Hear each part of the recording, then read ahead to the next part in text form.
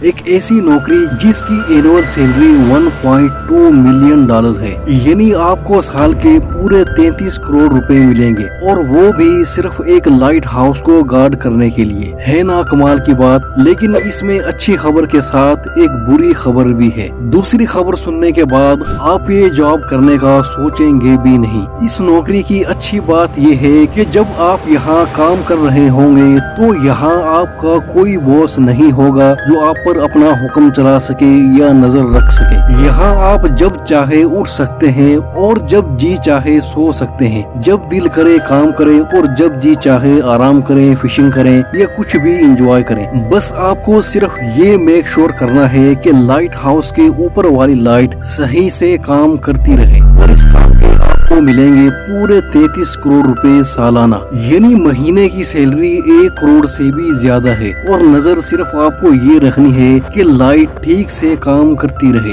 ये तो थी इस नौकरी की मीठी मीठी बातें। अब जरा कुछ कड़वी बातें भी कर लेते हैं। कड़वी बात ये है कि जुमान लाइट हाउस को गार्ड करना दुनिया की सबसे खतरनाक नौकरी है, क्योंकि ये समंदर के बिल्कुल बीचों बीच लोकेटेड है। अगर आप भी इस नौकरी के लिए अपनी सीवी भेजने का सोच रहे हैं तो इससे पहले ये बात जरूर जान लें जो अब मैं आपको बताने जा रहा हूँ। पहली बात तो ये है कि यहाँ आप बिल्कुल अकेले और तन्हा होंगे, और यहाँ आपसे बात करने वाला कोई भी नहीं होगा। यहाँ तक तो फिर भी कुछ ना कुछ गुजारा किया जा सकता है, लेकिन सबसे खतरनाक बात तो ये है कि इस एरिया में खतरनाक समुद्री तूफान उठते रहते हैं, और इन तूफानों की लहरें कई मीटर तक ऊंची होती हैं। ये इतनी ऊंची होती हैं कि टावर तक पहुंच जाती हैं। इसी वजह से यहाँ जान जाने का खतरा हर वक्त बना रहता है। ये तस्वीर एक रेस्क्यू ऑपरेशन के दरमियान ली गई थी। इसमें क्लियर तौर पर देखा जा सकता है कि लाइट हाउस का गार्ड किस कदर शदीद तूफान में घिरा हुआ है। अगर ये तूफानी लहरें थोड़ा मजीद ऊपर उठती तो लाइट हाउस कीपर की जान भी जा सकती थी। लेकिन अगर ये सब जानने के बावजूद भी अगर आप यहाँ नौकरी करने की हिम्मत रखते हैं तो चैनल को जरूर सब्सक्राइब कर लें। लेकिन इस अजीबो गरीब चीज को देखकर आपके जहन को ये सवाल जरूर परेशान कर रहा होगा कि इस लाइट हाउस को बनाने का आखिर मकसद क्या है, और ये बात क्या पत्थर पर लकीर है कि लाइट हाउस की लाइट हमेशा जलती रहनी चाहिए। इस बात को समझने के लिए हमें पुराने जमाने में जाना पड़ेगा, जब सफर करने के लिए ना ही सड़कें हुआ करती थी और ना ही कोई गाड़ियाँ। तो लंबे सफर करने के लिए सबसे बेस्ट तरीका एक ही था, और वो था पानी। इसी दौर में कैप्टन मार्सेस नाम का एक बहुत ही जबरदस्त सेलर हुआ करता था। ये अपने खतरनाक समुद्री सफर के बारे में जाना जाता था। ये ज्यादातर अपना समुद्री सफर रात में ही किया करता था। ऐसी ही एक रात में ये अपनी लकड़ी से बनी कश्ती में सफर कर रहा था। पानी के नीचे पत्थर की बड़ी बड़ी चट्टानें थी जिन्हें वो देख ना सका, और कश्ती में सुराख होने की वजह से वो डूब गई। तब कैप्टन के जहन में ख्याल आया कि इसका कोई ना कोई सोल्यूशन तो होना ही चाहिए जो शिप चलाने वालों को इस किस्म के खतरा से आगाह कर सके। लेकिन ये तो सिर्फ एक प्रॉब्लम थी। दूसरी सबसे बड़ी प्रॉब्लम ये थी कि पुराने जमाने में जब सेलर खुले समुद्रों में सफर करते थे तो इनको कुछ भी नहीं पता चल पाता था कि अगली जमीन कितनी दूर है और वहाँ तक पहुँचने का रास्ता कौन सा है। जीपीएस या कोई भी एडवांस सिस्टम न होने की वजह से नेविगेशन इस दौर में दुनिया का सबसे बड़ा मसला था। ऐसा कोई एडवांस सिस्टम नहीं था जो सेलर्स को गाइड कर सके। इसीलिए इन सेलर्स को दिन में सूरज और रात को सितारों पर रिलाय करना पड़ता था। नेविगेशन की सही इंफॉर्मेशन न होने की वजह से किन मुश्किलात और मुसीबतों का सामना करना पड़ता था, इसका अंदाजा आप इस बात से लगाएं कि एक दफा कैप्टन अपने क्रू के साथ पैसिफिक ओशन क्रॉस कर रहे थे तो रात में आसमान पर अचानक घने बादल छा गए, जिससे वो सितारे छुप गए जिन्हें देखकर ये रास्ते का पता लगा रहे थे। साथ ही समंदर में बहुत तेज तूफान भी आ गया, जिसकी वजह से ये लोग अपना रास्ता भटक गए और खुले समंदर में खो गए। कैप्टन और इनके क्रू के पास ना तो कुछ खाने के लिए बाकी बचा था और ना ही कुछ पीने को। भूख प्यास की वजह से बहुत सारे क्रू मेंबर्स अपनी जान की बाजी हार गए और कैप्टन बड़ी मुश्किल से जमीन तक पहुंच पाए। यहीं से लाइट हाउस की शुरुआत हुई। इजिप्ट में मेडिटेरियन सी के साथ ही एंशिएंट सिटी ऑफ एलेक्जेंड्रिया था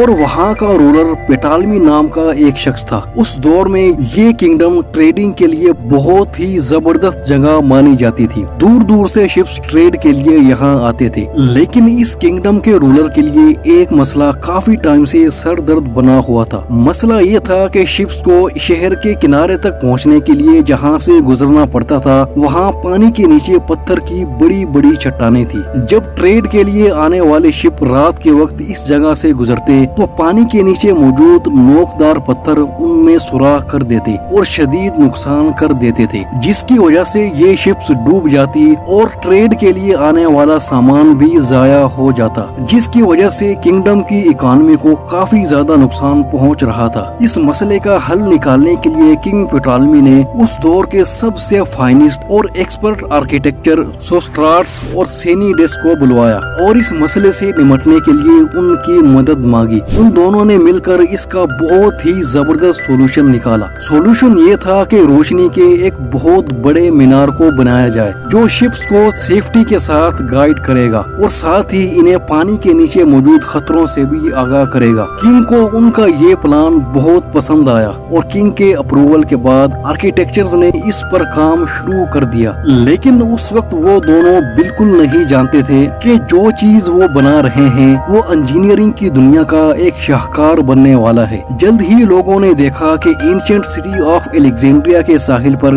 ये लाइट हाउस चमकती हुई बुलंदी पर मौजूद था। इसकी हाइट 384 फीट थी और इसे व्हाइट मार्बल के साथ बनाया गया था। इस लाइट हाउस को रोशन रखने के लिए इसके ऊपर बहुत बड़ी आग जलाई जाती थी जिसको हर वक्त ऑयल और लकड़ी की सप्लाई मिलती रहती थी। इस लाइट हाउस को दुनिया के 7 एंशिएंट अजूबों में से एक माना गया, लेकिन सिर्फ इसके साइज की वजह से ही ये लाइट हाउस अमेजिंग नहीं था, बल्कि इसका डिजाइन भी एक जीनियस आइडिया था। सोस्ट्राट्स ने लाइट को और ज्यादा बढ़ाने के लिए मिरर और लेंस का सिस्टम भी बनाया था, जिसकी मदद से कई किलोमीटर दूर जहाज भी इसकी रोशनी को आराम से देख सकते थे। जैसे ही लाइट हाउस बना और इसकी खबर फैली तो दूर दराज के सेलर्स ने सुकून का सांस लिया। अब उन लोगों को इस लाइट हाउस की वजह से एलेक्जेंड्रिया के पास पथरीले पानी को नेविगेट करने की जरूरत ही नहीं पड़ती थी। दुनिया का ये पहला लाइट हाउस सेलर्स के लिए एक सेफ्टी का सिंबल बन चुका था और फिर यहाँ से लाइट हाउस का कॉन्सेप्ट पूरी दुनिया में फैल गया। पहले तो ये लाइट हाउस समंदर के साहिल पर ही बना करते थे, लेकिन जब वक्त गुजरा और पूरी दुनिया में समंदर के जरिए ट्रेड बहुत ज्यादा बढ़ गई तो समंदर के जो बिजी ट्रेड रूट थे जिनके दरमियान में जहाँ पर पानी में पथरीली चट्टानें मौजूद थी, वहाँ से गुजरने वाले शिप्स की सेफ्टी के लिए इन जगहों पर भी लाइट हाउस बनना शुरू हो गए थे। यही वजह है कि समंदर के बीचों बीच डिफरेंट लोकेशन पर आपको ये लाइट हाउस देखने को मिल जाएंगे। शुरू में इन लाइट हाउस पर आग जलती थी, लेकिन ये कोई आइडियल सिचुएशन तो थी नहीं, क्योंकि इसके लिए रोज बहुत सारी लकड़ी और ऑयल इस्तेमाल करना पड़ता था, जिस पर काफी कॉस्ट आती थी। हालांकि जैसे जैसे वक्त गुजरा तो कैंडल्स लैंप, गैस लैंप और ऑयल लैंप भी आ गए थे, लेकिन मसला फिर वही था कि आग की लाइट इतनी ज्यादा ब्राइट नहीं थी। लेकिन जब इलेक्ट्रिसिटी प्रोड्यूस हुई और लाइट बल्ब की इन्वेंशन हुई तो ये लाइट हाउसेस भी इलेक्ट्रिक बल्ब पर शिफ्ट होना शुरू हो गए। इनकी लाइट आग के मुकाबले में अगरचे ज्यादा होती थी, लेकिन फिर भी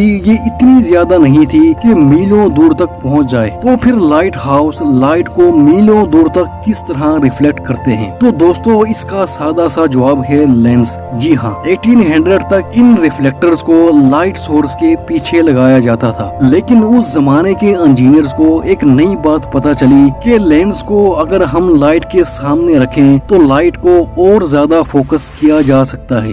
लेकिन इसमें मसला ये था कि जितना लेंस मोटा होगा उतनी ही लाइट कम होगी। शायद ये मसला ही रहता, लेकिन यहाँ पर एंट्री होती है फ्रेंच इंजीनियर फ्रेस्नेल की। उनके पास जबरदस्त आइडिया था। उन्होंने लेंस को एक तो बारीक कर दिया और दूसरा उसके डिजाइन को इस तरह मॉडिफाई आइडेंटिफाई किया कि सारी लाइट एक ही पॉइंट पर फोकस कर रही थी। इस तरीके से फैली हुई लाइट को एक ही सिंगल डायरेक्शन में भेजा जा सकता था। आज ज्यादातर लाइट हाउसेज में फ्रेस्नेल लेंसेज का ही इस्तेमाल होता है। इस इन्वेंशन ने लाइट हाउसेज को अप टू डेट कर दिया और अब लाइट को मीलों दूर से भी आराम से देखा जा सकता है। और इसी तरह इन लाइट हाउसेज की मदद से शिप्स को खतरे का पता चल जाता है। वीडियो के शुरू में मैंने आपको जो नौकरी बताई थी वो यही लाइट हाउस होते हैं, जहां रहने के लिए आपको 33 करोड़ रुपए मिल सकते हैं। अगर आप भी ये नौकरी करना चाहते हैं तो कमेंट में जरूर बताएं।